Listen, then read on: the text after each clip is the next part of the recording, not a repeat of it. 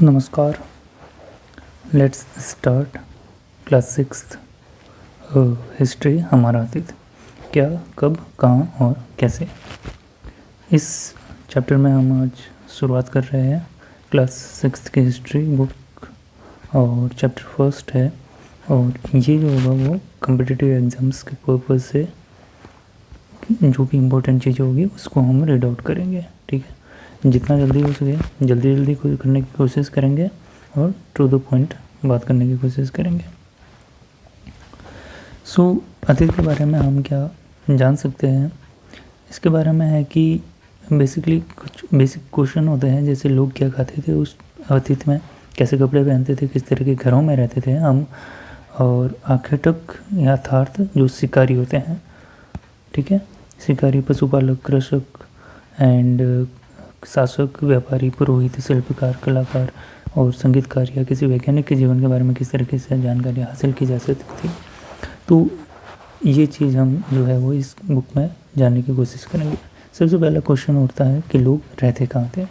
तो सबसे पहली चीज़ तो यही है कि कई लाख वर्ष पहले से जो है वो लोग नदी के तट पर रहा करते थे। यहाँ रहने वाले आरंभिक लोग जो होते थे उनमें कुछ कुशल संग्राहक थे और जो आसपास के जंगलों की जो विशाल संपदा होती थी उससे परिचित थे।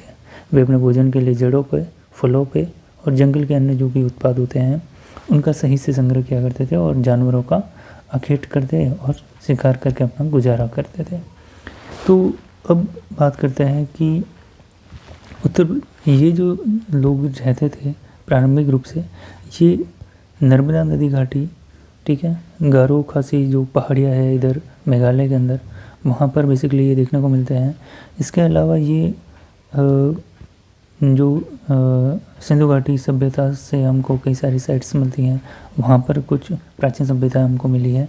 इसके अलावा जो गंगा यमुना जो दोआब वाला जो क्षेत्र है वहाँ पर भी कई सारे प्राचीन साक्ष्य मिले हैं लोगों के। इसके अलावा विंध्यान पर्वत की जो श्रेणी थी वहाँ भी हमें साक्ष्य मिलते हैं कई अतीत की जो भी सभ्यता है उनकी। और पाकिस्तान में एक रीजन है, सुलेमान पहाड़ियाँ पड़ती हैं, जहाँ पर किरथर की पहाड़ियाँ जो पड़ती हैं उस क्षेत्रों में, उन पहाड़ियों के क्षेत्रों में भी कई सारे जो हैं वो अवशेष मिलते हैं। तो इस प्रकार कुछ ऐसे स्थान हैं जहाँ लगभग 8000 वर्ष पूर्व स्त्री पुरुष ने सबसे पहले गेहूँ और जो जैसी जो फसल थी उनको उपजाना शुरू किया गया था, और वो जगह थी सुलेमान और किरथर की पहाड़ियाँ जो आज पाकिस्तान में स्थित है। तो वहाँ पर रहने वाली जो भी जनजातियाँ थी या जो रहने वाले जो आदिम पुरुष थे, उन्होंने भेड़, बकरी, गाय, बैल जैसे जो पशु थे उनको पालतू बनाना शुरू किया। ये लोग गाँवों में रहा करते थे। और उत्तर पूर्व की अगर बात की जाती है, गारो खासी जो पहाड़ियाँ हैं जो कि मेघालय में स्थित है, इसके अलावा मध्य भारत में जो विंध्यान पहाड़ियों का जो पता चलता है, ये कुछ ऐसे अन्य क्षेत्र हैं जहाँ पर कृषि का विकास देखने को मिलता है, जहाँ सबसे पहले चावल उपजाया गया था। ठीक है, तो वे स्थान विंध्यान के उत्तर में स्थित थे। इसके अलावा सिंधु और इसकी जो सहायक नदियाँ हैं उनका भी पता लगाने का प्रयास, उसके आसपास भी कई सभ्यताओं का पता लगाया गया है। और उसकी सहायक नदियाँ जो हम देखते हैं, सिंधु और उसकी सहायक नदियाँ देखते हैं तो बड़ी नदी में वो मिल जाती हैं। और लगभग 4700 वर्ष पूर्व इन्हीं नदियों के किनारे पर कुछ आरंभिक नगर जो है वो फलते फूलते हैं। और गंगा और इसकी जो सहायक नदियाँ हैं, इसके किनारे समुद्र तटवर्ती इलाकों में नगरों का जो है वो विकास लगभग 2500 साल पहले होता है। गंगा और इसकी सहायक नदी सोन नदी पड़ती हैं, जो गंगा के दक्षिण में इन नदियों के आसपास का क्षेत्र प्राचीन काल में जो था वो मगध कहलाता था। गंगा के दक्षिण वाला जो भाग था वो मगध कहलाता था और वर्तमान बिहार में जो पड़ता है। इसके जो शासक थे मगध साम्राज्य के, वो काफ़ी शक्तिशाली माने जाते थे और उन्होंने काफ़ी विशाल राज्य स्थापित किया था। देश के अन्य हिस्सों में भी ऐसे राज्यों की स्थापना हुई थी और लोगों ने सदैव उपमहाद्वीप के एक छोटे से एक हिस्से से दूसरे हिस्से तक जो है वो काफ़ी यात्राएं की थी। कभी कभी हिमालय जैसे ऊंचे पर्वतों, पहाड़ियों, रेगिस्तान, नदियों और समुद्रों के कारण यात्रा जोखिम भरी होती थी, फिर भी ये यात्रा करने के लिए असंभव नहीं था। अतः सभी लोग जो थे वो काम की तलाश में तो कभी प्राकृतिक आपदाओं के कारण एक स्थान से दूसरे स्थान पर माइग्रेट होते रहते थे। कभी कभी सेनाएं जो थी वो दूसरे क्षेत्रों पर विजय हासिल करने के लिए जाती थी। इसके अतिरिक्त व्यापारी जो थे वो कभी काफिले में तो कभी जहाज़ों में अपने मूल्यवान वस्तुएं लेकर एक स्थान से दूसरे स्थान पर जाते थे। इसके अलावा धार्मिक गुरु भी थे जो शिक्षा और सलाह देते हुए एक गांव से दूसरे गांव जो है वो जाना पसंद करते थे। ठीक है, एक कस्बे से दूसरे गांव जाया करते थे। कुछ लोग नए और रोचक स्थानों को खोजने की चाह में उत्सुकतावश भी यात्राएं करते थे। यानी कि ये देखा जाता है कि यात्राएं उस समय जो है वो काफ़ी प्रबल तरीके से होती थी। काफ़ी सारे लोगों के थ्रू, सोसाइटी के अलग अलग सेगमेंट्स के थ्रू यात्राएं की जाती थी और उसे तवज्जो दी जाती थी। तो ये जो सभी यात्राएं थी उनसे लोगों को एक दूसरे के विचारों को जानने का काफ़ी अवसर मिलता था। अब लोग यात्राएं क्यों करते थे? अगर ये प्रश्न एक बार पूछा जाए तो खोजने की कोशिश करनी चाहिए अपने आप को भी कि लोग हमें यात्राएं करनी क्यों चाहिए। देन आगे देखते हैं, पहाड़ियाँ, पर्वत, समुद्र इन महाद्वीप की प्राकृतिक सीमा का निर्माण करते हैं। हालांकि लोगों के लिए इन सीमाओं को पार करना आसान नहीं था। जिन्होंने ऐसा चाहा वे ऐसा कर सके। वे पर्वतों की ऊंचाई को छू सके, गहरे समुद्र को पार कर सके। उपमहाद्वीप के बाहर से भी कुछ लोग यहाँ पर आए और यहीं बस गए। लोगों ने इस आवागमन ने लोगों का ये जो आवागमन हुआ इससे हमारी सांस्कृतिक परंपराओं को समृद्ध किया गया। ठीक है, कई सौ वर्ष से लोग पत्थर को तराशते, संगीत रचने और यहाँ तक कि भोजन बनाने के नए तरीकों के बारे में भी एक दूसरे से विचार विमर्श करते थे।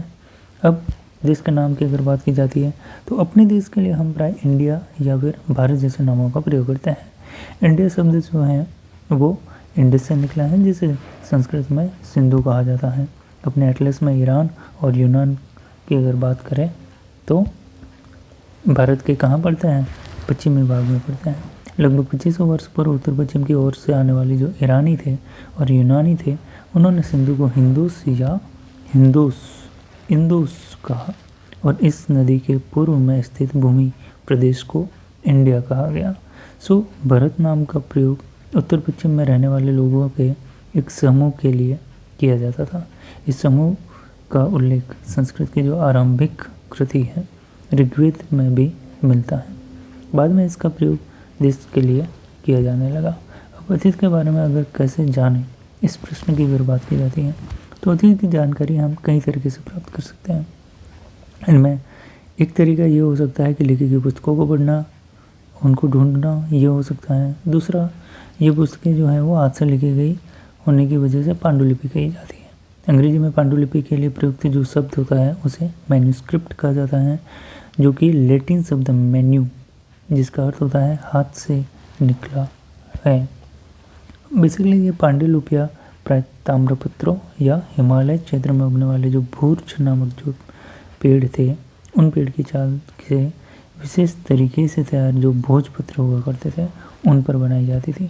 सो पांडुलिपि के बारे में ताड़पत्रों से बने पांडुलिपि का एक पृष्ठ यहाँ पर दिखाया गया है, दिस वन। और यह पांडुलिपि लगभग 1000 वर्ष पहले लिखी गई थी और किताब बनाने के लिए ताड़ के जो पत्ते होते थे उनको काटकर उनके अलग अलग हिस्सों को एक साथ बांध दिया जाता था और भूर्ज पेड़ की जो छाल होती है उससे बनी ऐसी ही एक पांडुलिपि को यहाँ हम देख रहे हैं। अब इतने वर्षों में इतने से कई पांडुलिपियों को कीड़ों ने जो है वो खा लिया होगा। ऐसा ज़रूरी तो नहीं है कि जितनी पांडुलिपियाँ लिखी गई थी वो आज सारी एज इट इज़ अवेलेबल हो। सो कुछ जो है वो नष्ट हो गई, कुछ को जो है वो इंटेंशनली किसी लोगों के द्वारा नष्ट कर दिया गया। फिर भी आज भी कई सारी ऐसी पांडुलिपियाँ विद्यमान हैं जो हम देखते हैं और उनसे हमें कुछ महत्वपूर्ण जानकारियाँ मिलती हैं। प्राय ये पांडुलिपियाँ मंदिरों और विहारों में प्राप्त होती है और इन पुस्तकों में धार्मिक मान्यताएं, व्यवहार, राजाओं का जीवन, औषधिय और विज्ञान आदि सभी प्रकार के विषयों की चर्चा मिलती है। इसके अतिरिक्त हमारे यहाँ महाकाव्य, कविताएं और नाटक भी लिखे गए हैं। इनमें से कई संस्कृत में लिखे हुए हैं जबकि अन्य प्राकृत या तमिल भाषा में मिलते हैं। प्राकृत भाषा का प्रयोग जो है वो आम लोग किया करते थे। हम अभिलेखों का अध्ययन कर सकते हैं। ऐसे लेख पत्थर अथवा धातु जैसी अपेक्षाकृत कठोर सतहों पर उत्कीर्ण किए गए मिलते हैं। कभी कभी शासक या अन्य लोग अपने आदेशों को इस तरह उत्कीर्ण करवाते थे ताकि लोग उन्हें देख सके, उन्हें पढ़ सके, उनका पालन कर सके। तो कुछ अन्य प्रकार के अभिलेख भी मिलते हैं जिनमें राजाओं और रानियों सहित अन्य स्त्री पुरुषों से भी उन्होंने भी अपने कार्यों के विवरण उत्कीर्ण करवाए हैं। फॉर एग्जाम्पल, जैसे कि शासक जो थे वो लड़ाइयों में जब विजय अर्जित करते थे तो उसका विजयों का लेखा जोखा जो है उन विजयों का वो अभिलेख के रूप में करवाते थे। इसी तरीके से यहाँ पर जो हमें अभिलेख देखने को मिल रहा है ये लगभग 2250 ईसा पूर्व का अभिलेख माना जाता है और वर्तमान अफगानिस्तान के कंधार से प्राप्त हुआ है। यह अभिलेख अशोक नामक शासक के आदेश पर उत्कीर्ण करवाया गया था और इस शासक के विषय में हम नेक्स्ट आगे जो क्लासेस आएगी क्लास 8th में हम पढ़ेंगे। ठीक है, जब हम कुछ लिखते हैं तब हम किसी लिपि का प्रयोग करते हैं। अब लिपियाँ अक्षर अथवा संकेतों से बनी होती हैं और जब हम कुछ बोलते हैं, पढ़ते हैं, तब हम एक भाषा का प्रयोग करते हैं। तो हम अभिलेख, ये जो अभिलेख हैं वो इस क्षेत्र में प्रयुक्त होने वाली यूनानी और अरामाइक नामक 2 विभिन्न लिपियों तथा भाषाओं में लिखा गया है। नेक्स्ट आगे देखते हैं कि इनके अतिरिक्त भी कई सारी वस्तुएं होती हैं जो अतीत में बनी हैं और प्रयोग में लाई जाती थी। ऐसी वस्तुओं का अध्ययन करने वाला जो व्यक्ति होता है उन्हें पुरातत्वविद कहा जाता है। पुरातत्वविद पत्थर और ईंट से बनी इमारतों के जो अवशेष होते हैं, चित्र होते हैं, मूर्तियाँ होती हैं, उनका अध्ययन करते हैं, उनको स्टडी करते हैं, रिसर्च करते हैं। इसके अलावा वे कई औजार, हथियार, पर्वत, बर्तन, आभूषण, इनकी भी वो स्टडी करते हैं और उनका स्टडी से जो भी कंक्लूजन निकलता है उनसे हमें जानने को मिलता है कि उस समय के लोग किस तरीके की व्यवस्था, किस तरीके की सामाजिक व्यवस्था में वो रहा करते थे। उनके सिक्कों की प्राप्ति के लिए भी छानबीन और खुदाई किया करते हैं। कौन? पुरातत्वविद। सो इनमें कुछ वस्तुएं पत्थर, पक्की मिट्टी और कुछ धातु की बनी होती थी। तो ऐसे तत्व जो होते थे उन्हें कठोर अथवा जल्दी नष्ट न होने वाले हुआ करते थे बेसिकली ये। सो पुरातत्वविद जो हैं वो जानवरों, चिड़ियों और मछलियों की जो हड्डियाँ थी उनको भी ढूंढते हैं। इससे उन्हें ये जानने की मदद मिलती है कि अतीत में लोग क्या खाते थे। वनस्पतियों के अवशेष बहुत मुश्किल से बच पाते हैं।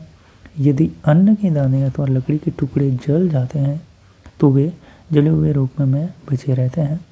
तो क्या पुरातत्वविदों को बहुधा कपड़ों के अवशेष मिलते होंगे?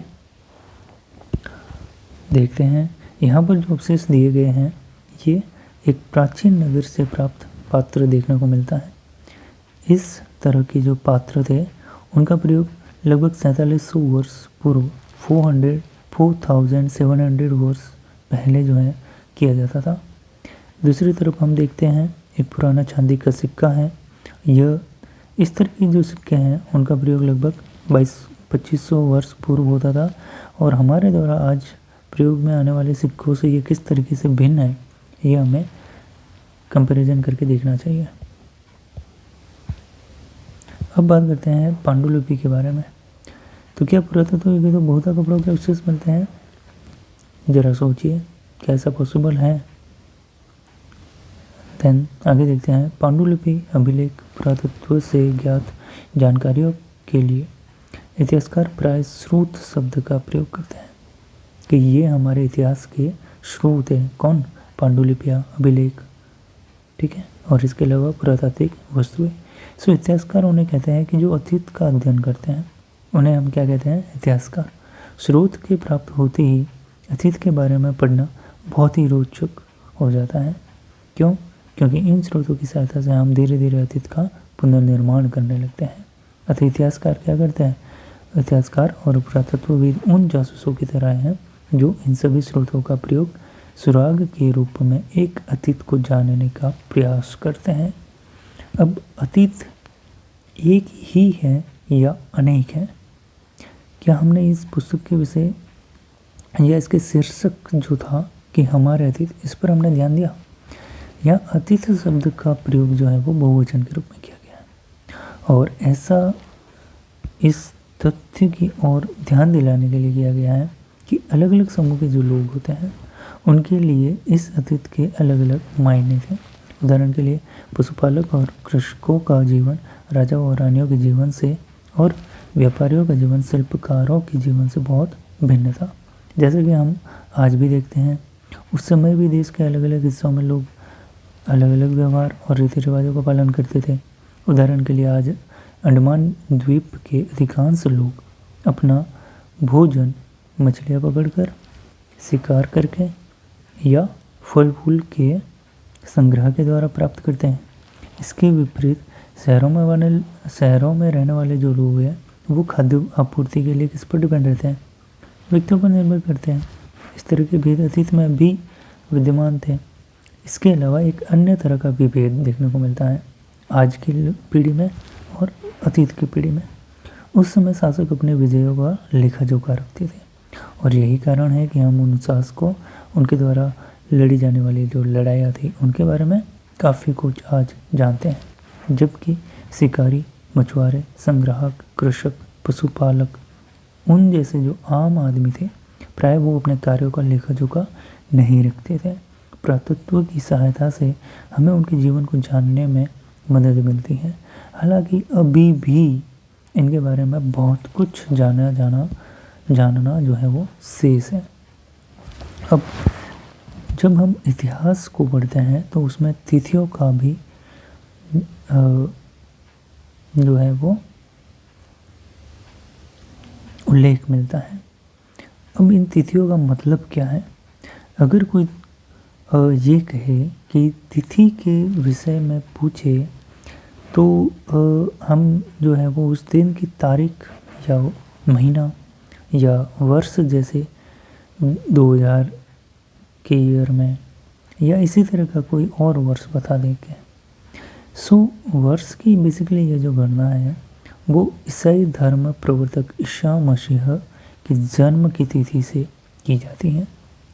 तो जब हम 2000 वर्ष के बारे में बात कर रहे होते हैं तो 2000 वर्ष कहने का तात्पर्य ईसा मसीह के जन्म के 2000 वर्ष के बाद से है। ईसा मसीह के जन्म के पूर्व की सभी जो तिथियाँ थी वो ईसा पूर्व या ईसा से पहले के रूप में जानी जाती हैं। इस पुस्तक में हम 2000 को अपना आरंभिक बिंदु मानते हुए वर्तमान के पूर्व की तिथियों का उल्लेख करेंगे। अब इतिहास और तिथियों की अगर बात करें तो अंग्रेजी में बीसी यानी कि ईसा पूर्व, हिंदी में ईसा पूर्व कहता है, उसका तात्पर्य बिफोर क्राइस्ट होता है। कभी कभी तिथियों से पहले एडी भी लिखा देखने को मिलता है। इसे एनो डोमिनी कहा जाता है। 2 लैटिन शब्दों से बना है जिसका तात्पर्य होता है ईसा मसीह के जन्म के वर्ष से। इसके अलावा हम कभी कभी एडी की जगह सीई और बीसी की जगह बीसीई का प्रयोग भी करते हैं। सीई जो है उन अक्षरों का प्रयोग होता है कॉमन एरा के रूप में और बीसीई का जो प्रयोग होता है वो बिफोर कॉमन एरा के रूप में होता है। तो हम इन शब्दों का प्रयोग इसलिए करते हैं क्योंकि विश्व के अधिकांश देशों में अब इस कैलेंडर का प्रयोग सामान्य हो गया है। भारत में तिथियों के इस रूप का प्रयोग लगभग 200 वर्ष पूर्व प्रारंभ हुआ था। कभी कभी अंग्रेजी के बीपी अक्षरों का प्रयोग होता है जिसका अर्थ होता है बिफोर प्रेजेंट यानी वर्तमान से पहले।